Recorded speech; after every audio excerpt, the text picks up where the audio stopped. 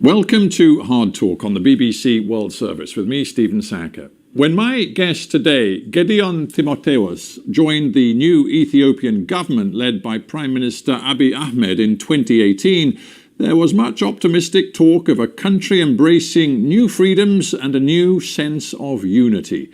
So much for those high hopes. Mr. Timothewos has since been promoted to Attorney General, but the political climate in Ethiopia has deteriorated dramatically.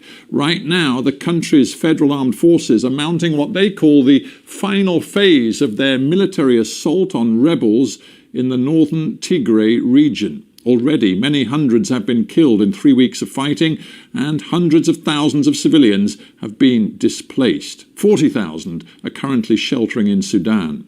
International observers have expressed concern about possible war crimes, a looming humanitarian disaster, and the danger of wider regional instability. All of this has happened just a year after Prime Minister Abiy Ahmed was awarded the Nobel Peace Prize. Why have things gone so wrong so fast in Ethiopia? Well, Gedion Timothewos joins me now from Addis Ababa. Welcome to Hard Talk. Thanks for having me. Are we about to see a humanitarian catastrophe as a result of your Prime Minister's decision to launch a final offensive on the Tigrayan regional capital of Mekelle? We have to understand that this crisis is something that has been forced upon this administration and the Prime Minister. It was not by choice. Our forces in the Northern Command, based in the Tigray regional state, were attacked. It was a perfidious and treasonous attack. The objective of the TPLF top brass was to take over the armaments of the Northern Command and to overthrow this government. So the Prime Minister and this administration were left with no option but to respond with force. And this administration is taking every precaution possible to ensure that civilians will be protected and to ensure that the humanitarian challenge will be kept to the minimum. Well, let me stop you there, because that isn't clear to me. I'm going to quote to you something said by a spokesman for the Ethiopian Armed Forces just 4 days ago. He said there would, quote, be no mercy for Mekelle's residents when its soldiers encircle the city. First of all, that quote was of a colonel in the army, in the field. He was not a spokesperson, as some have said, of the army or even the administration. But with respect, it's even more alarming. If a senior officer is saying that, it's even more alarming. These are the men who are now marching on Mekelle. It is the commander-in-chief of the army and the army's spokesperson who communicate and convey the administration's policy. And the colonel, even in that clip, was referring to the TPLF militia.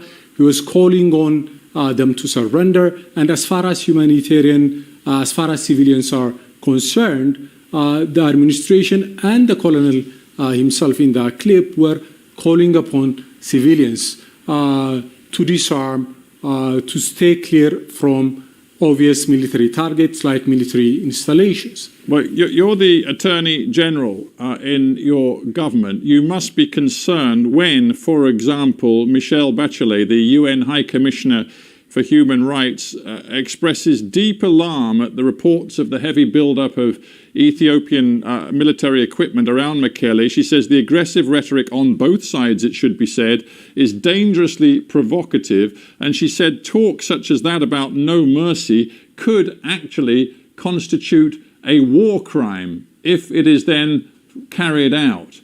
You're the Attorney General. What are you going to do about it?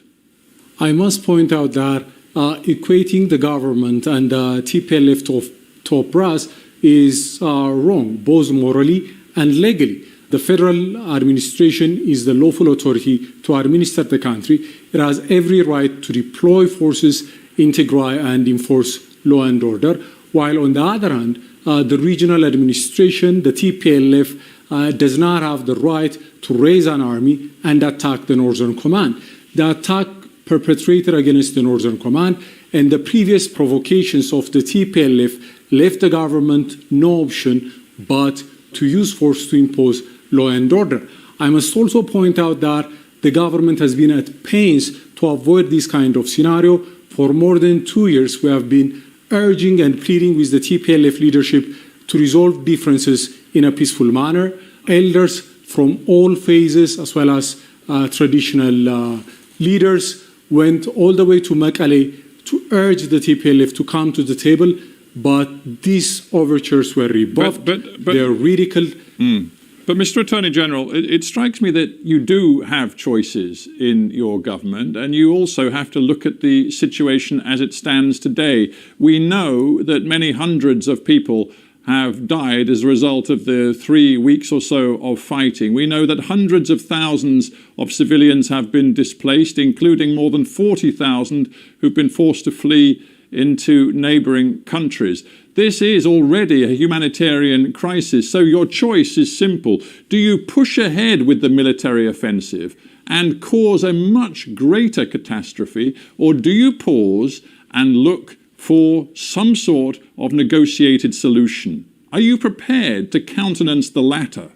If an attack was committed against an army base in any federal country, and if a regional state or a regional party tries to take over the heavy armament and the artillery and the weaponry of the army in any country, the response couldn't be different. You would not sit with a political party that votes to launch rockets at heavily populated cities and threatens civilian population, threatens the national government. The national army has been attacked, a red line has been crossed, and we have to enforce law and order. If we were to sit at the negotiating table with this kind of renegade elements, that will send the wrong signal, and every political party would get the idea that if they were to commit these kind of acts, they would get a seat at the table, they would get an international platform. We would be incentivizing violence and perpetuating a culture of impunity, and we're not willing to do that. This is more than anything else right now. It is thus the most urgent of humanitarian issues. The UN says that shortages have become, quote, very critical in Tigray for the population of 6 million people. They talk about fuel running out, cash running out. People have no money to pay for food. And already 600,000 people who rely on monthly food rations have not received them for the last month. How many people are you prepared to see pushed toward starvation? And indeed, how many people are you prepared to see die before you rethink the military-first strategy?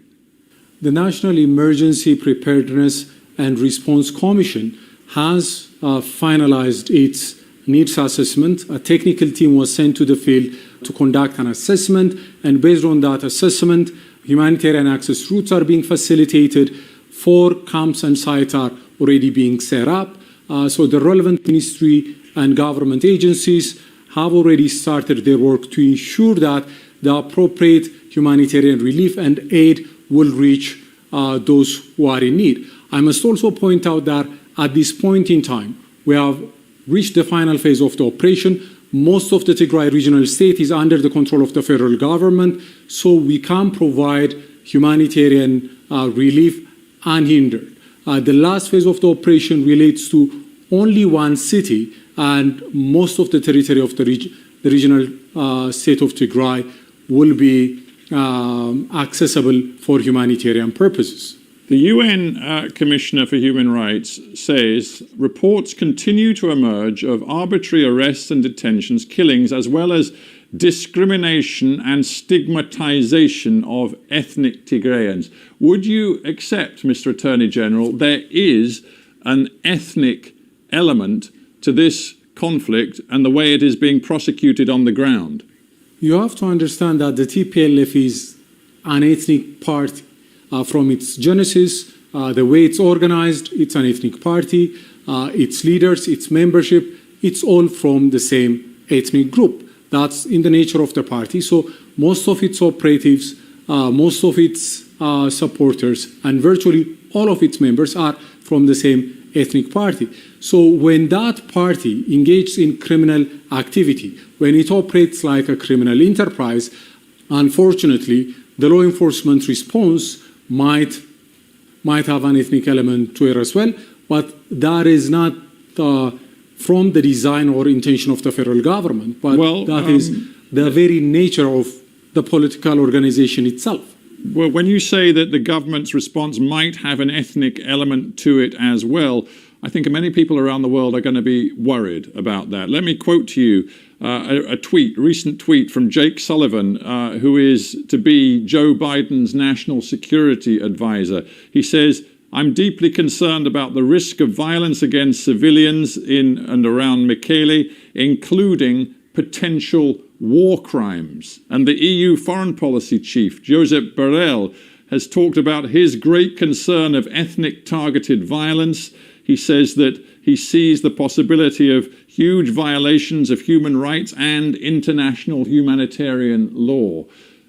The international community fears war crimes on a massive scale.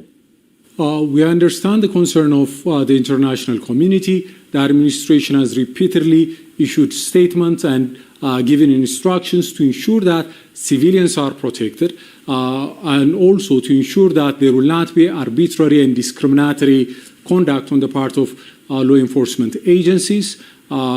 As I have pointed out earlier, the TPLF is an organization that is organized along ethnic lines, so it might give an appearance that measures taken against this group have certain slant, but that is not what the government is doing. I must also point out that the government is taking extreme caution and care to ensure that civilians will be protected and they will not come in harm's way. For example, although the army had reached Mekelle a few days ago, the government gave a 3-day grace period to ensure that civilians will have some time to evacuate and will be able to minimize humanitarian disasters, to ensure that we'll be able to minimize damage to civilians. The Tigrayans say that this is actually part of a much bigger story in which we see Prime Minister Abiy Ahmed backing away from his opening sort of few months in power when he talked about unifying the country, coming together, a new era of freedom. And according to the Tigrayans, what they have seen is a systematic oppression of their political rights, their right to autonomy and to self-government. They say that their elections in September were declared illegal by the central government. They say that that top officers in the federal army, in the Northern Command, were purged simply because they were Tigrayan. What they say is that there's a pattern here, that the Abiy Ahmed government is no longer prepared to countenance their autonomy. You have to distinguish between Tigrayans and the TPLF. They are not one and the same. That is the problem in the way you are constructing the question. The TPLF is one organization.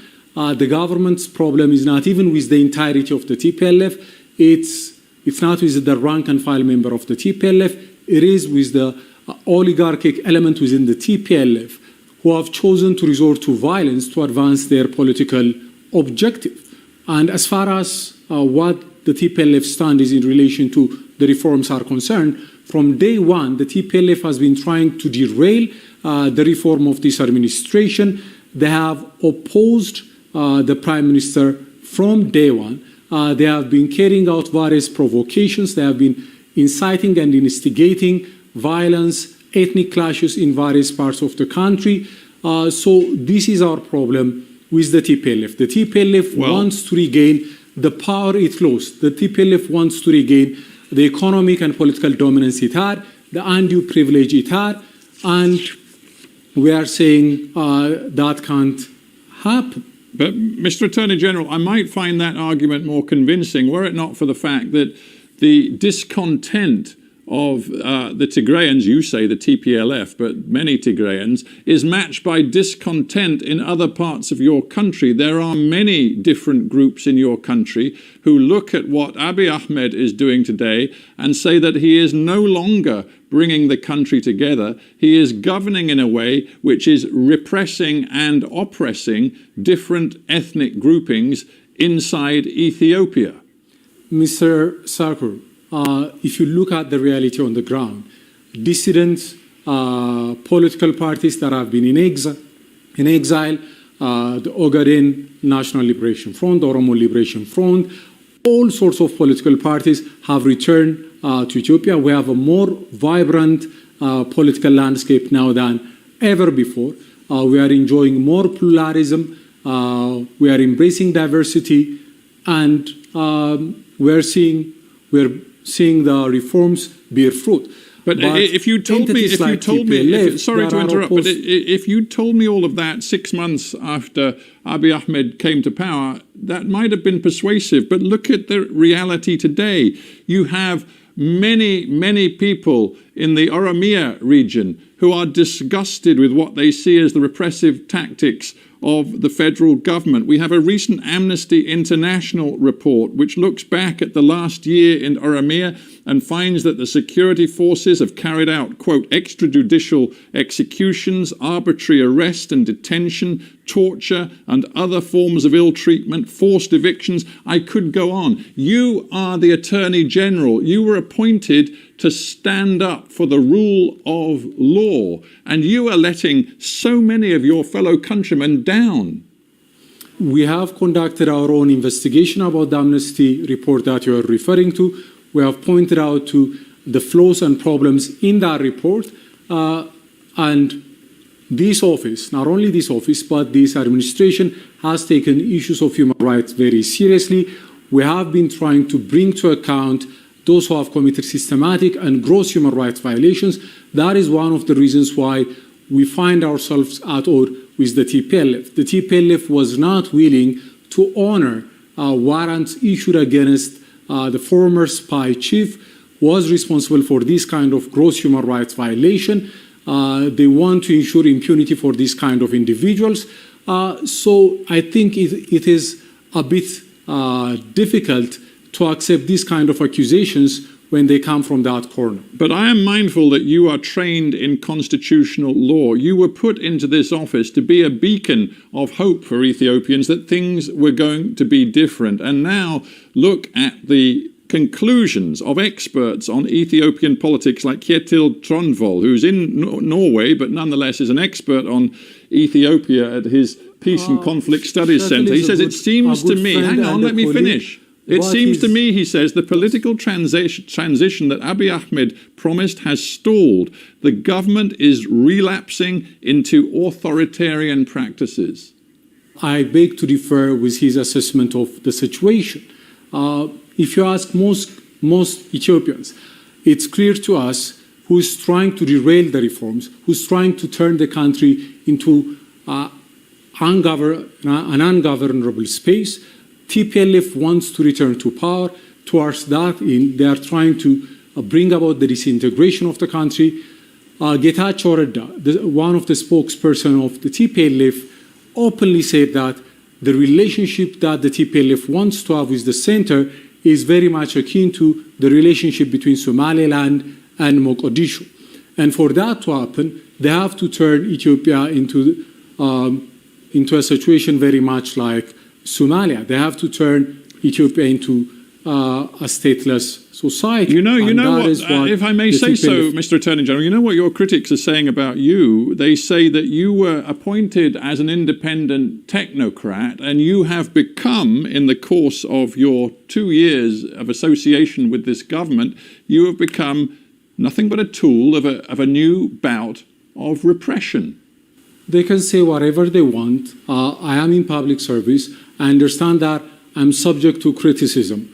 But I know that we are on the right side of history, and when the final chapter is written, it will be clear that who was doing what, who stood for the cause of justice and rule of law. The TPLF wants to continue with its impunity. It wants to ensure that it will have undue influence, and towards that end, they are trying to destabilize the country, and we cannot let that You can pile the blame on the TPLF for all of the different problems that Ethiopia faces today and the many different regions where many of your people seem so desperately unhappy with the government right now. But I am mindful that it is just a year since Abiy Ahmed was given the Nobel Peace Prize. How much has changed in just 1 year to the point where the International Crisis Group, a respected independent group of international analysts, are saying that the damaging conflict we now see in Ethiopia risks ripping the state asunder? Do you agree with that? As I have pointed out earlier, if this kind of situation has happened in any country, if an army base was attacked in Scotland or Wales, the commander-in-chief, the head of government, would have to respond to that. Just because the prime minister has been awarded the Nobel Peace Prize, it doesn't mean that he stops being a commander-in-chief. He has a constitutional duty to protect the political and territorial integrity of the nation. He has to ensure that the troops are protected and they are not slaughtered like lamb. But my question, Mr. Attorney General, is whether just 1 year after receiving the Nobel Peace Prize, Abiy Ahmed risks overseeing an Ethiopia which is sinking into civil war. If the Prime Minister was to let the TPLF go on with the kind of things that they have been doing, if he had let them acquire the heavy weaponry they wanted to acquire by attacking the Northern Command, yes, we would have descended into that kind of situation. But by taking the measure we are taking right now, we will be able to avert that possibility. The Prime Minister,